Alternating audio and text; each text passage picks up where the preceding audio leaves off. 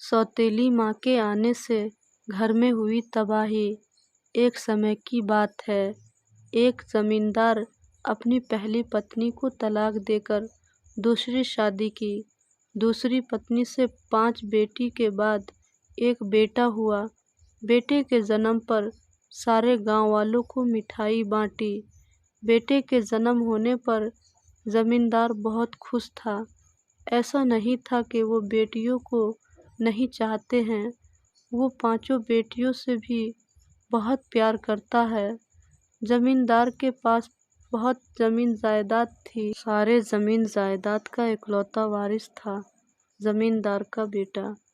जमींदार का बेटा जब बाप के साथ खाने पर बैठता तब वो अपनी एक उंगली से प्याली में रखे दूध को नापता था कि कहीं कम तो नहीं है। जब तक उसकी पूरी उंगली दूध की प्याली में डूबती नहीं थी, तब तक वो दूध नहीं पीता था। जब उसकी पूरी उंगली दूध में डूब जाती थी, फिर वो दूध पी लिया करता था। इतना लाड़ प्यार में पल रहा था जिसका कोई हद नहीं थी। फिर जमींदार का बेटा बड़ा हुआ तो वो अमेरिका पढ़ने चला गया। जमींदार की पत्नी का तबीयत पहले से ही खराब रहता था, लेकिन उस दिन उसकी तबीयत ज़्यादा बिगड़ गई। उसे जल्दी जल्दी हॉस्पिटल में एडमिट कराया गया, लेकिन डॉक्टर ने लाख कोशिशों के बावजूद डॉक्टर ने जमींदार की पत्नी को नहीं बचा पाया और वो डेथ कर गई। जमींदार अपनी पत्नी के जीते जी 3 बेटियों की शादी किए हुआ था। अब जमींदार के पास 2 बेटी और 1 बेटा विवाह के लिए बाकी थे। जमींदार को शादी के लिए गांव वालों ने कहा, भाई अब तुम शादी कर लो, इन बच्चों की देखभाल के लिए। जमींदार ने गांव वालों के कहने पर एक गरीब की लड़की से शादी की। जिस लड़की से जमींदार शादी किया, वो लड़की अपने पति से पहले से ही तलाक लिए हुई थी। जमींदार ने उस औरत को शादी करके अपने घर ले आया। अब वो औरत दिन प्रतिदिन सताने लगी।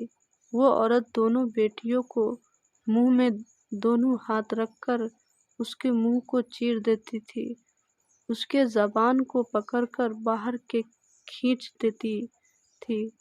उसकी सौतेली माँ उस पर बहुत जुल्म करती थी। जमींदार की जो 2 बेटी बची थी, उसमें से एक की शादी कर दिया।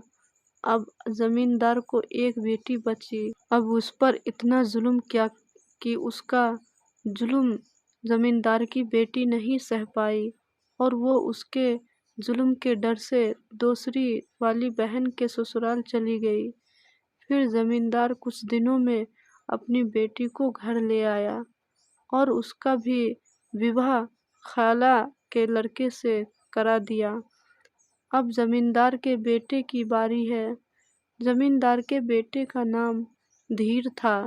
धीर ने अपनी पढ़ाई ख़त्म करने के बाद अमेरिका से घर आया तो उससे पता चला कि उसकी माँ डेथ कर गई।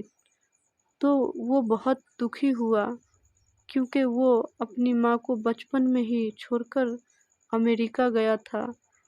अब वो 25 साल का हो चुका था। अब जमींदार अपने बेटे की भी शादी कर दिया।